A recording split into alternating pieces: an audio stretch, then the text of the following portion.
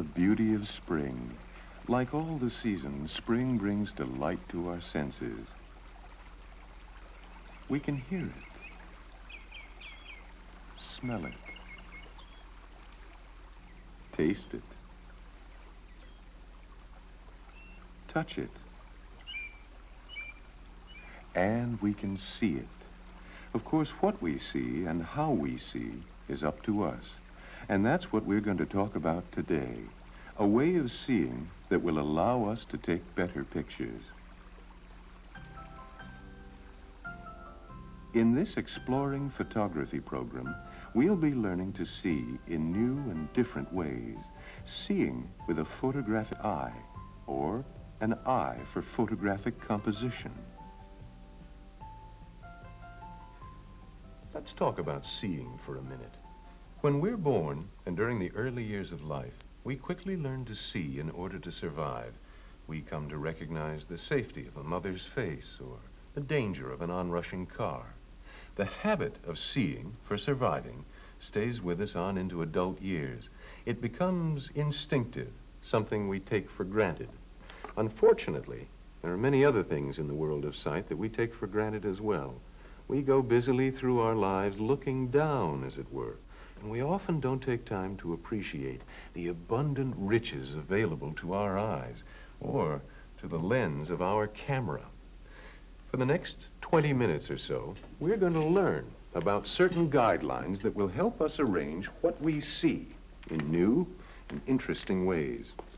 Once you've watched this tape several times and absorbed the information in it, two things will happen. First, you'll begin to appreciate the nearly infinite variety of the visual world that surrounds us. And second, you'll take better pictures. For one thing, think of the tape as a tool.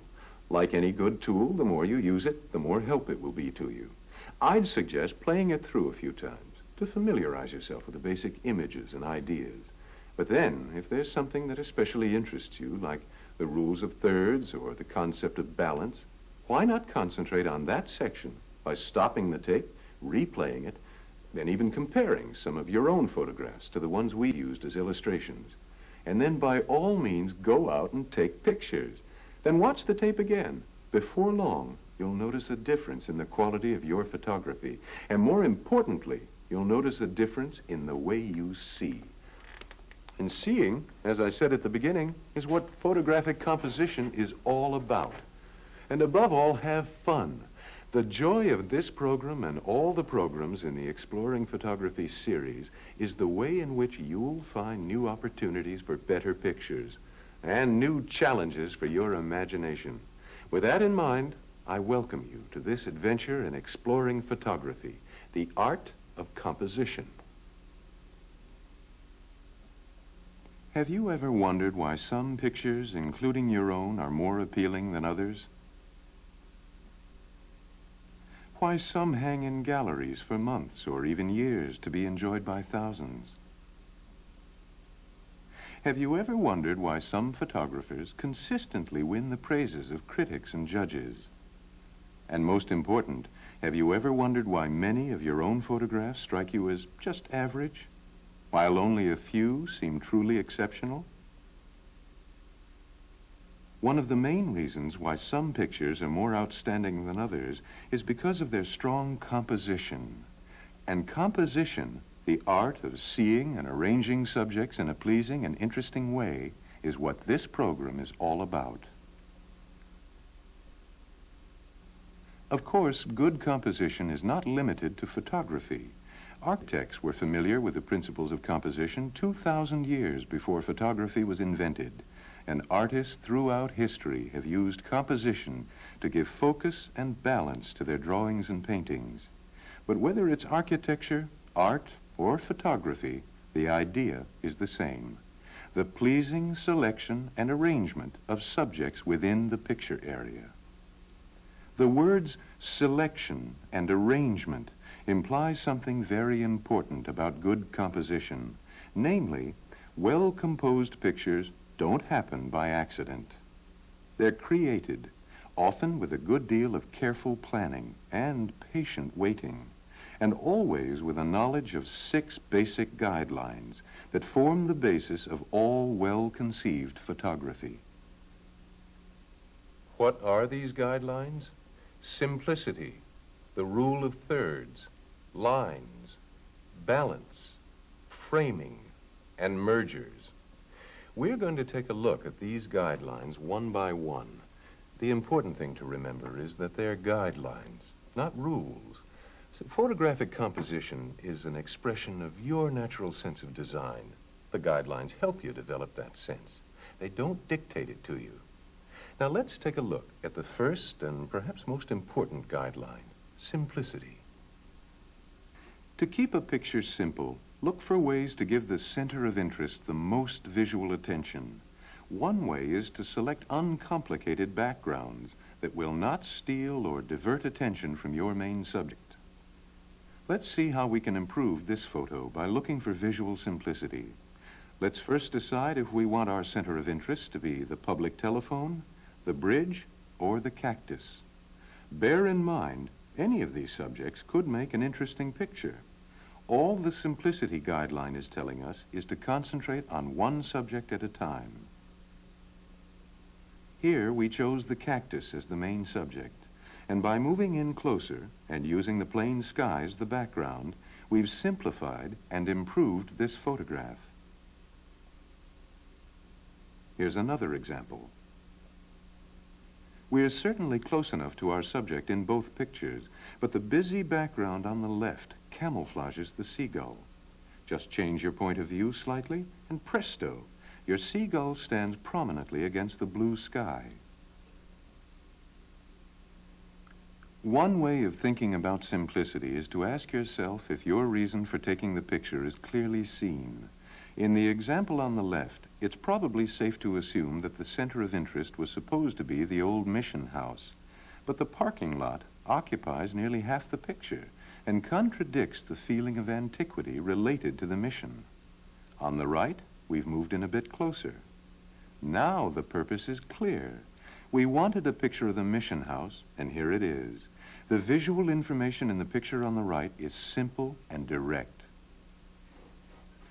Sometimes, often in fact, 2 or 3 different treatments of the same subject will fall within the guidelines of composition simplicity, and then the choice will be up to you.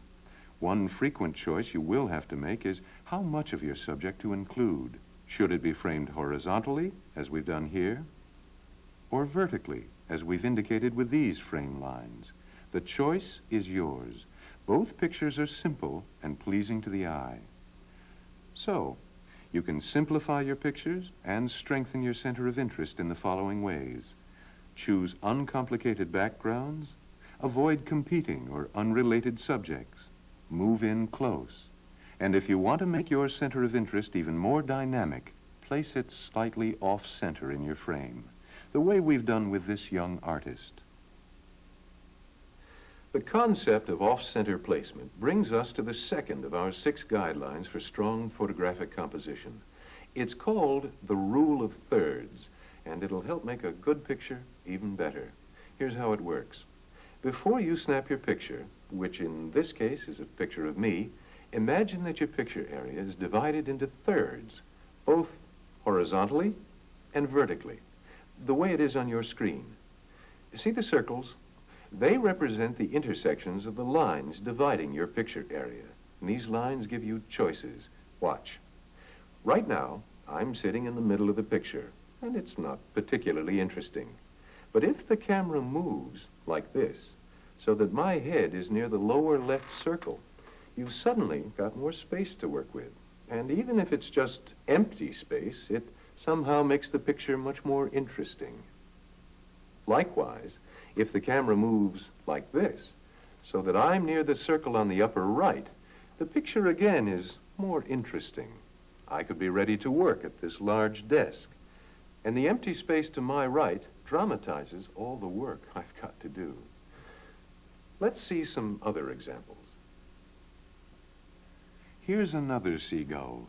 We've placed him directly in the center of the picture, and while the guidelines for simplicity are nicely observed, the picture somehow seems static and uninteresting. But watch what happens when we shift our point of view ever so slightly and move the seagull to the upper right. Now we can see his full shadow and more of his tracks. It's a more interesting picture. In this picture, the lighthouse seems well placed in the upper right, if only because the rest of the scene fits nicely into the format. The open space on the left also dramatizes the subject.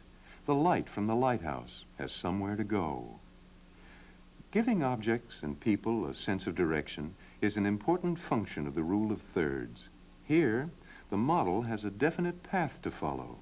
The photographer's job is also made easier in this case because he can place the model anywhere he chooses along the walkway. A good rule of thumb is to always consider the path of moving subjects and generally leave space in front of them in which they can move. If you don't, here's what can happen. This jogger looks like she's going to run right out of the picture. By placing the subject in the lower left position, we've used the rule of thirds and given the jogger plenty of room to run within the picture area. Here's another action shot where it's important to leave more space in front of a moving subject than behind it. The rule of thirds can also be very helpful in deciding where to place horizons in your photographs. Here, the sailboat and the horizon are right in the middle of the picture, and the result is a static feeling. What would you try in this case? How about moving the horizon to the upper third and the sailboat to the left? That's better, isn't it? But remember, these are only guidelines, and if you don't like this subject placement, try something else. Like this. Now the horizon line is in the lower third. Here's another rule of thumb. Place the horizon high or low in your scenes, but rarely in the middle. The same thing applies to verticals. It's generally best to place them off-center. In the picture on the left, the subject is centered, but in the one on the right, the photographer got a more interesting picture simply by changing his point of view. In this case, he simply moved about 10 feet to the left. We've talked about simplicity, and we've talked about the rule of thirds. Hopefully, we're beginning to see that the guidelines for good photographic composition are closely related to one another. That should become even more apparent when we talk about our next subject. Lines. Watch.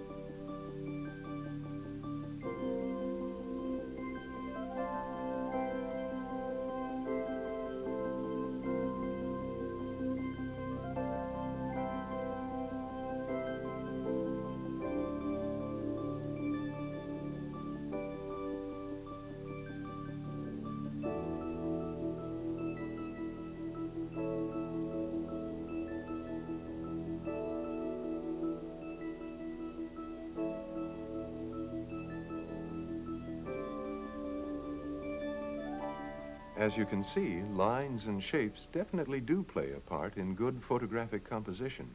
But once again, displaying them effectively involves using other composition guidelines as well, including our old friend simplicity. This structure has beautiful lines, and they're beautifully shown in this photograph. But look what happens when we forget about using uncomplicated backgrounds. The lines of the pole on the left virtually vanish, and our purpose in taking the photograph becomes unclear. Remember, keep it simple. Let the lines work for you. Here's a stunning example of how diagonal lines can work in a picture. Can you imagine this photograph without them? You can also use diagonals as leading lines to lead the way into a picture. It's a simple and easy path for the eye to follow to the main subject. You can also use repetitive lines in the same way. They draw your viewer's attention to your center of interest. One of the most common and graceful lines used in composition is called the S-curve. Here's another S-curve that forms a diagonal leading line. This picture also observes the rule of thirds. The center of interest is almost perfectly placed in the lower left. The result, a photograph that's interesting and easy to look at. The photograph on the left is okay. It's a close-up, and the background is fairly simple. But wouldn't the composition be better if the flamingo's neck weren't so straight? Here's what we're looking for. The flamingo has relaxed, and his neck now forms a pleasing S-curve against a better background. Other geometric shapes besides S-curves can also help your picture composition. Can you see the triangle you get by connecting imaginary lines between the three nuns? The triangle adds strong visual unity to the picture. This picture is an excellent example of the use of lines for strong composition. Take a moment to study how many different triangles are formed by the couple and their reflections. Note, too, how the repetitive horizontal lines of the breaking waves offset the triangular lines created by the couple. Balance. Balance is important not only in photography, but in just about everything we do. We live and breathe because of a precise balance of chemicals in our bodies. The planet Earth exists because of a balance in our solar system. Our government works because of a series of checks and balances in our democracy. And good photography exists when the camera's viewpoint and the subject placement are carefully selected to balance all the elements in the picture. Notice how the leaves, window, and couple all seem to be in the right place in this photograph. They're well balanced. Good balance is basically simple. It's the arrangement of shapes, colors, or areas of light and dark in a complementary way. The result is a picture that looks like this, and not like this. This is a lopsided picture. Karen looks like she's going to fall right out of the photo due to lack of visible support. Let's move the camera's viewpoint and give the wagon she's sitting on another wheel. There. Karen is still off-center, in keeping with the rule of thirds, but she has support. We needed that other circle to complete the picture. There are different kinds of balance. Imagine these two couples are standing at either end of a pair of scales. They are evenly or symmetrically balanced. Here's an example of non-symmetrical balance. The large single head balances the small child on the right. In general, this kind of balance is more interesting to look at than symmetrical balance.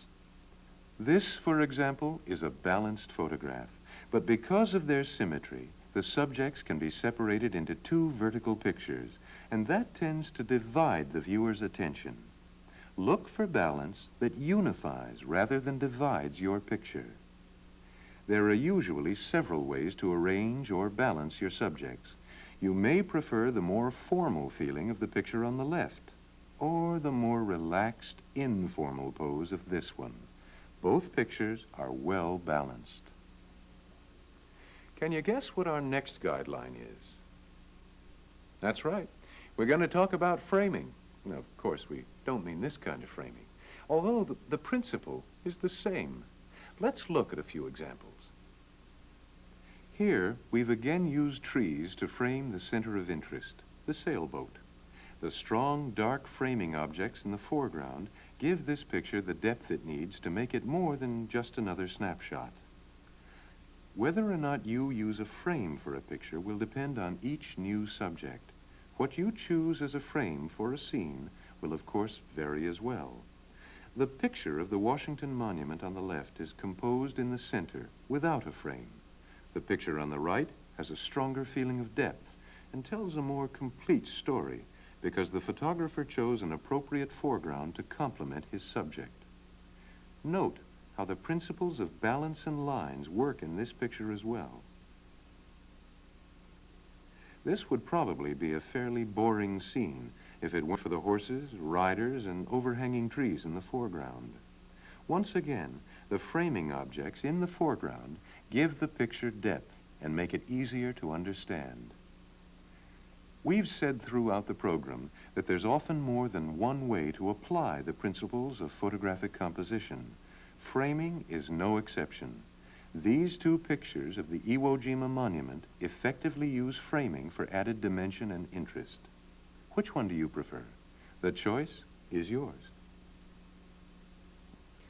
If it looks to you like the coat rack behind me is coming out of the side of my head, and if that strikes you as a bit silly, then you already understand the importance of our final guidelines for good composition: avoiding mergers. And if you think I looked silly with a coat rack coming out of my head, just look at poor Dave here, who has a tree growing out of his.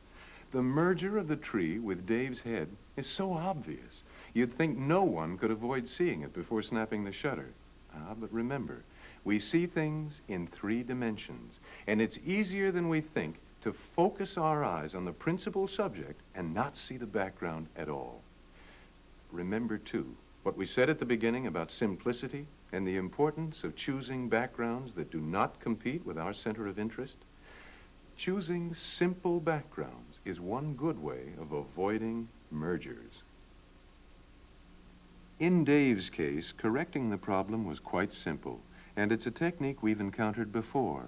Change the point of view by moving a few feet to the right or left.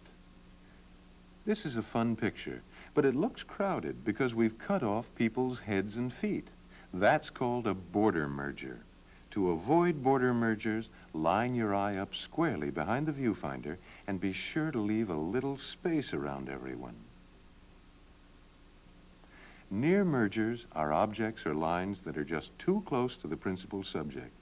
In this case, the umbrella and the ball. Near mergers aren't quite as objectionable as complete mergers, but they steal attention from your center of interest. Let's correct these near mergers by using a low angle, and we'll use only one prop for simplicity. Let's also make sure the frisbee is held far enough away from Karen's face to avoid another near merger. Well, there they are, 6 guidelines for better photographic composition. Let's briefly review them. Simplicity. Remember the importance of close-ups and uncomplicated backgrounds. The rule of thirds.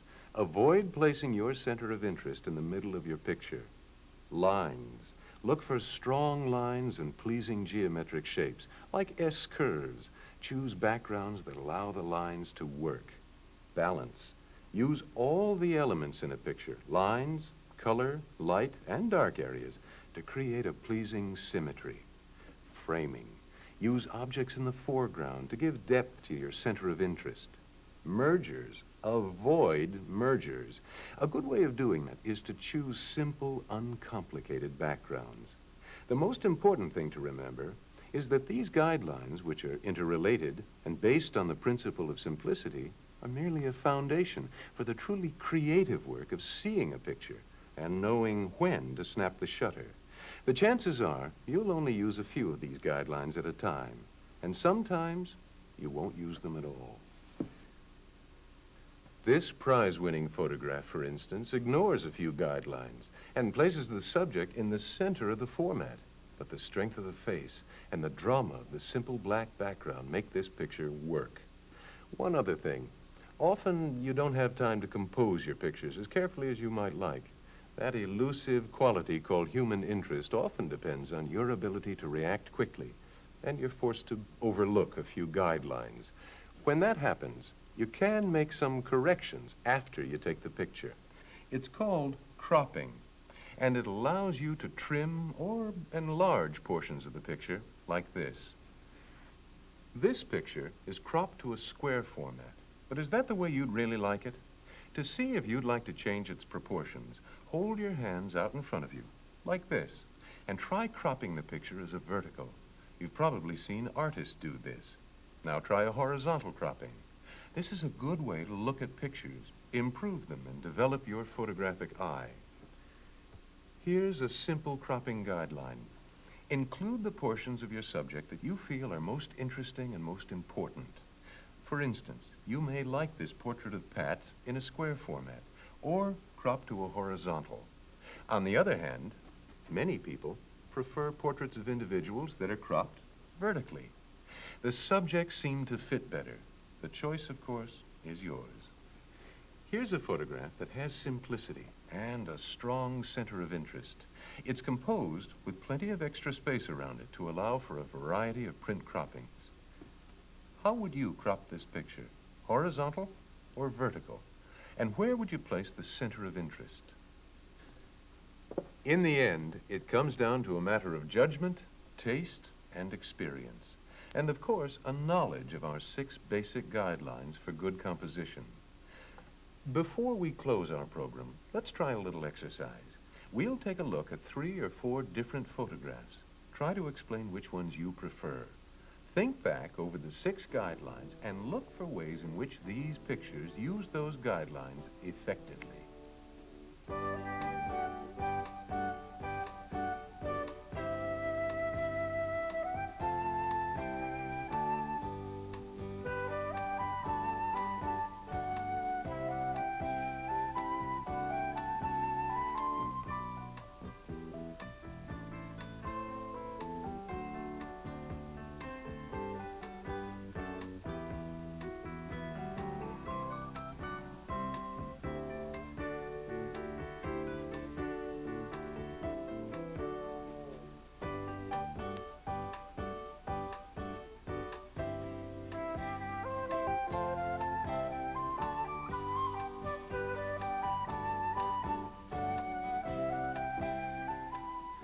You know, looking at those pictures just now, I kept thinking about the wonderful challenges photography presents to our imagination. There are so many different ways of seeing the world around us, and so many different ways of interpreting life's images. The guidelines of composition help us arrange all those fascinating images in a way that pleases the eye and stimulates the mind. And that's why they're so important. They make our pictures interesting. But above all, composition is fun, because the more you learn how to compose a picture, the more you'll find that you're expressing yourself and your view of the world with facility and freedom. Oh, by the way, the more you use this tape, the more the basic principles of composition will become second nature.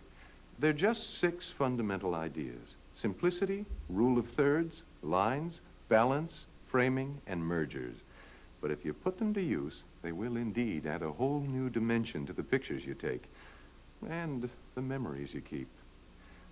Thanks for watching, and have a great time taking pictures.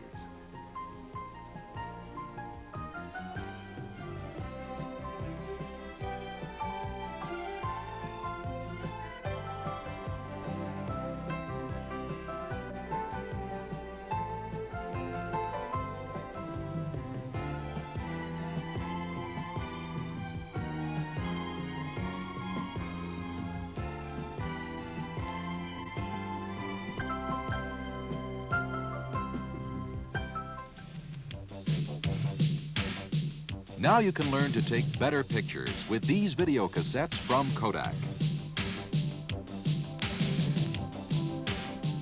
For the serious amateur, step-by-step approaches to composition, lighting, lenses, filters, and film principles.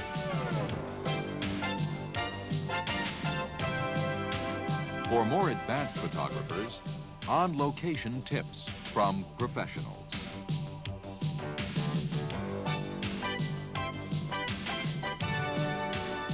And for everyone, the best of Kodak's photo travel films. Over 20 programs available to you now from Kodak, the people who wrote the book on photography.